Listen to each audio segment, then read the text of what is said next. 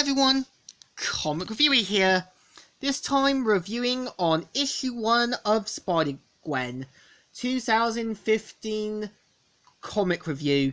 Now, as you know, the second run of Spider-Gwen ran for 34 issues. I have some of the issues of that run, but I kind of stopped halfway through because it just got really ridiculous and was just focusing on getting different comics. And the cover has Spider-Gwen looking on with an image of the lizard, and we're introduced to how back in the previous run, how everything happened, and even back with her first appearance. And it starts off mainly how the Bodega Bandit shows up saying, "That's right, you know the drill, your corn dogs or your life. Bodega Bandit, you really are the worst."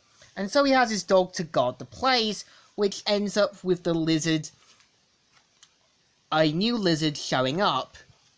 And of course, Gwen Stacy wakes up and finds out she's overslept, even got her work clothes on. So Betty kind of reminds her that the trains and that are on a weekend schedule. She might not be there, she has to call sick, which of course she can't risk that.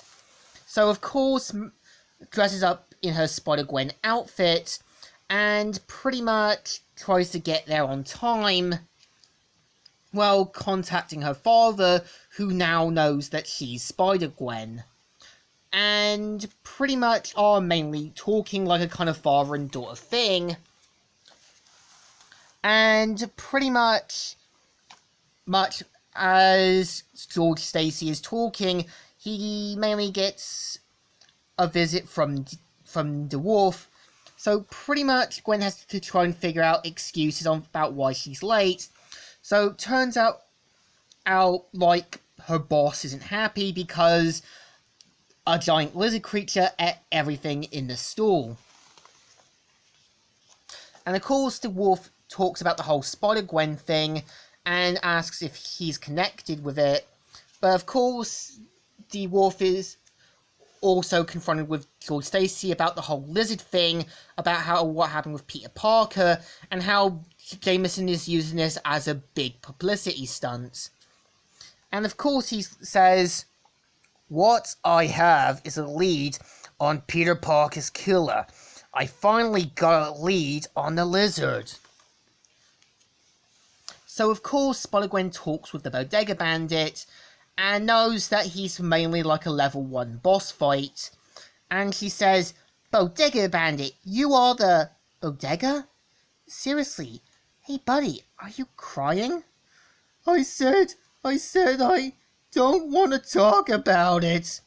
And I like how Gwen does show a bit of concern, and at least, despite the fact he's kind of a, joke villain, she does, feel a bit bad.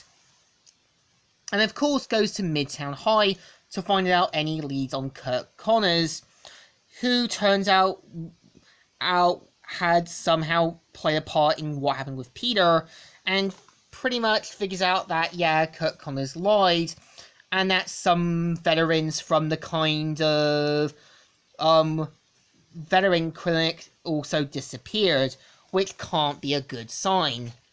And even remembers how Peter was kind of the weird kid, how Gwen Stacy was his only friend, and remembers, them talking about Harry, and he says, "Rumor is he tried to burn his old rich kid prep school down," and he even talked about how he was the weird kid in that.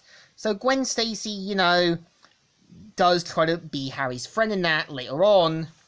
And even remembers back at the dance how they got the posters and everything, and how Peter was kind of a bit of an outcast.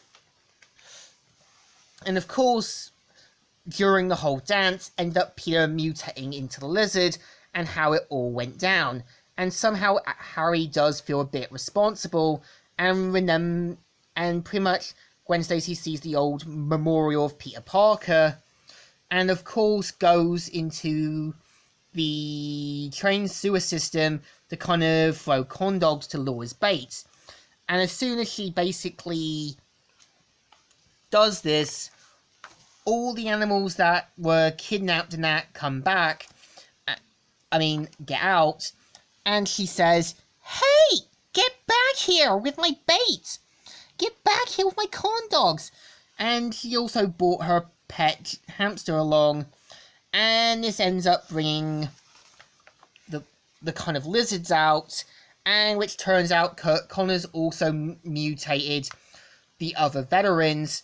And of course, this ends up with her being saved mainly by the Earth 65 version of Captain America, who isn't meant to be Steve Rogers, but someone completely different. So, issue 1, I would say, is not too bad. I kind of feel like, yeah, it's going back to how the story began with Edge of Spider-Verse issue number 2, and really could have been a more interesting story had it focused mostly on Kurt Connors' son, trying to do the research, and trying to, find a way to kind of basically control the lizards, and could have avenged his father after Gwen Stacy got him sent to prison. Would have been a better story. So I think the issue deserves a thumbs up.